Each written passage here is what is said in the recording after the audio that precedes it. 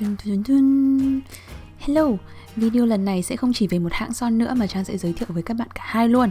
Đó là son Pony của Mimi Box và Cotton Lip Flute của Appeal. Đây là hai sản phẩm khá mới trên thị trường. Mình đang rất háo hức vì mặc dù đã nhận được từ tuần trước rồi nhưng vẫn cố đợi đến hôm nay mới bóc tem. Vì thế đây cũng sẽ là những cảm nhận đầu tiên luôn. Không biết có giống như quảng cáo không nhỉ? Cùng bắt đầu thôi nào.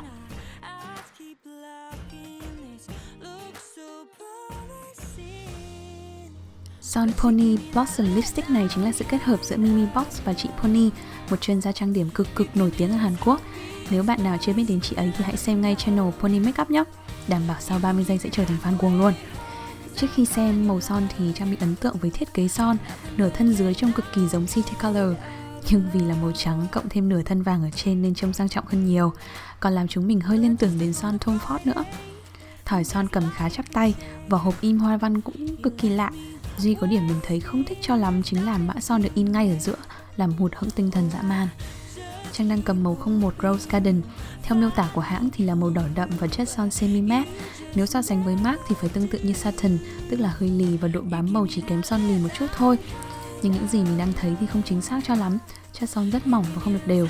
Dù đã tô đi tô lại nhưng vẫn còn những khoảng đậm nhạt trên môi.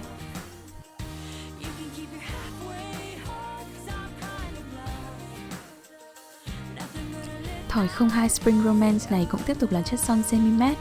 Tuy nhiên hình như tình hình còn trở nên tệ hại hơn thì phải. Khi sử dụng một lớp cho lòng môi thì vô tình làm lộ một số vảy nhỏ trên môi mình, khi mà thỏi trước lại không hề bị. Son không hề thấy bị bột hay cảm giác lợn cợn vì Trang vẫn giữ môi đều đặn. Tuy nhiên vì lớp son quá mỏng nên mới thấy rõ thế này. Hơn nữa son cũng không hề lì như mình nghĩ. Quệt nhẹ cũng trôi đi khá rồi.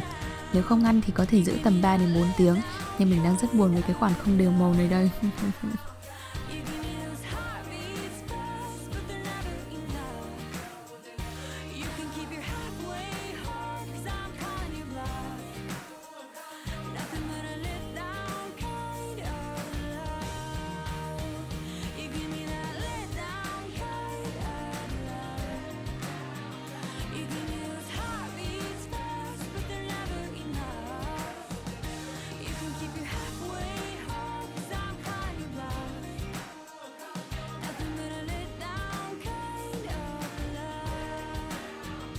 Để xem cây cuối cùng có cứu vớt được tình thế không nhá. Tinh thần mình bị giảm sút dã man rồi. Màu 03 Orange Dahlia được miêu tả là chất son kem có bóng nhẹ, chứ không phải semi matte như hai thỏi trước. Chất son này là mình nhớ tới dòng Amplify của MAC. Thỏi này mềm và mướt hơn, chất son cũng đặc hơn tương đối. Lại thêm tông cam nhẹ trong mùa hè mình rất thích nữa. Khi dùng cả môi thì sẽ thấy độ bóng hiện lên rõ hơn nhiều.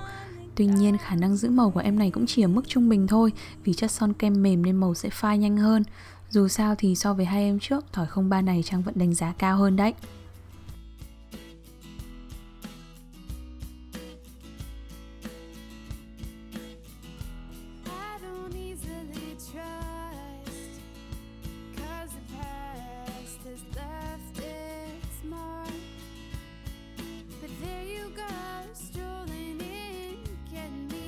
Giờ thì chúng mình đặt đối thủ thứ hai lên bàn cân thôi nhỉ. Appeal Cotton Lip Flute. Theo một số blogger đã review thì em này có rất nhiều điểm tương đồng với Missha Painting Rouge Chiffon mà Trang đã swatch. Bắt đầu từ vỏ, mặc dù không có vỏ hộp đẹp đẽ như Missha nhưng thiết kế khá tương đương, nắp đen và nửa thân dưới là nhựa trong để nhìn rõ màu son. Hiện giờ Trang đang tô màu CR02 vì thích san hô nên thử em ý đầu tiên luôn. Mặc dù là tông san hô nhưng hầu như không có cam mà thiên về hồng nhiều hơn. Màu này rất trẻ và tự nhiên, cũng không quá kén da đâu. Cả mùi và chất son đều giống thỏi Chiffon đến 90% luôn ý. Mặc dù được miêu tả là son lì nhưng Trang thấy không hề lì một chút nào cả, mà đúng nghĩa là dạng son kem mềm, tức là son sẽ không khô lại và bám vào môi và vẫn sẽ y hệt như lúc mới đánh thôi. Chính vì không lì nên thời gian bám màu cũng sẽ không được lâu, sau khi ăn sẽ phải thoa lại đấy.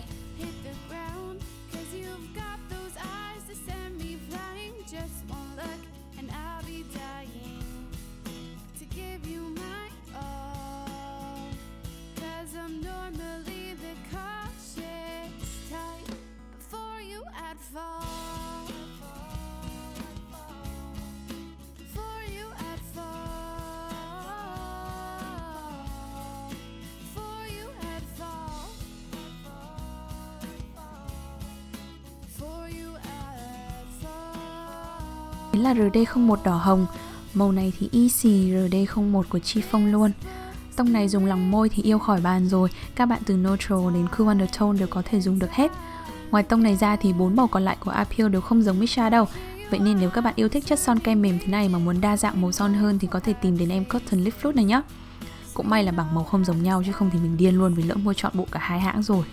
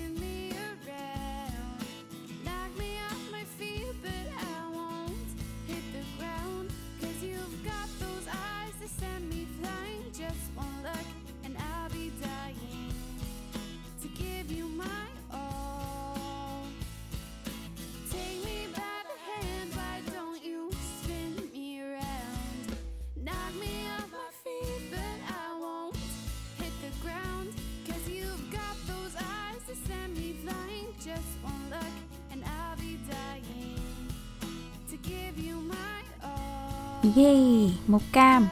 Đây chắc chắn sẽ là tông màu mà mình dùng nhiều nhất trong hè. Các bạn lưu ý là khi dùng lòng môi thì chỉ cần chấm một lần duy nhất vào lọ thôi. Còn nếu cả môi thì nhớ chấm 2 đến 3 lần để chồng các lớp kem lên cho đều màu hơn nhé. Đối với son kem thì màu chưa thể đậm và đều ngay chỉ với một lần chấm duy nhất thôi đâu. Phải kiên trì thì mới đẹp được mà.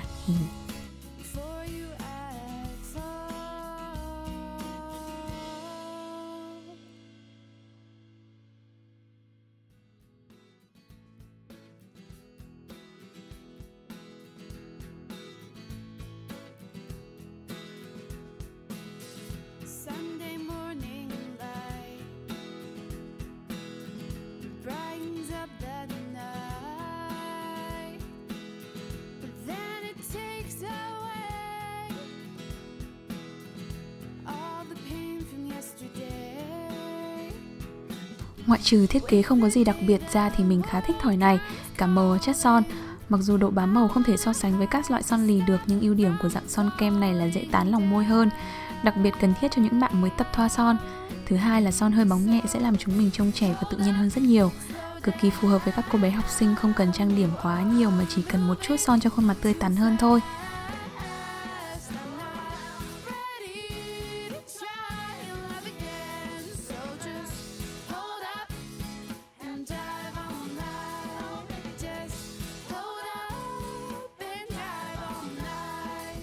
Kinh nghiệm từ các lần mua son Hàn của Trang là không bao giờ tin tưởng swatch màu từ hãng đâu.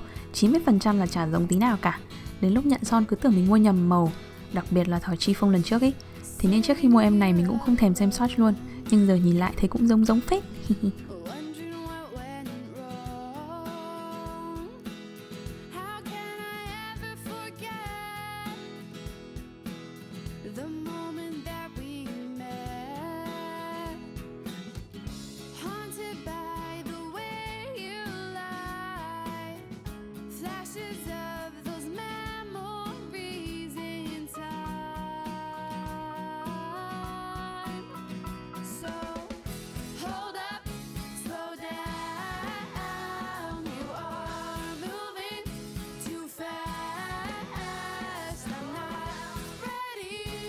So sánh một cách công bằng nhất về hai ứng cử viên hôm nay thì Trang lại thấy Appeal nhỉnh hơn, đúng tiêu chí ngon bổ rẻ.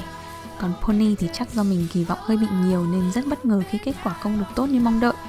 Có lẽ một phần vì mình quá mê dòng Satin của MAC nữa nên cứ hay bị đem ra so sánh. Thế nên nếu bạn nào vẫn đang quá mê em này rồi thì hãy coi đây là một review khách quan tham khảo thôi nhé. Một khi đã thích là vẫn cứ phải nhích mà. Giờ thì mình sẽ kết thúc video tại đây và đi ăn đây, nhông đói quá rồi. Cảm ơn các bạn đã theo dõi nhá. Hẹn gặp lại. Bye bye.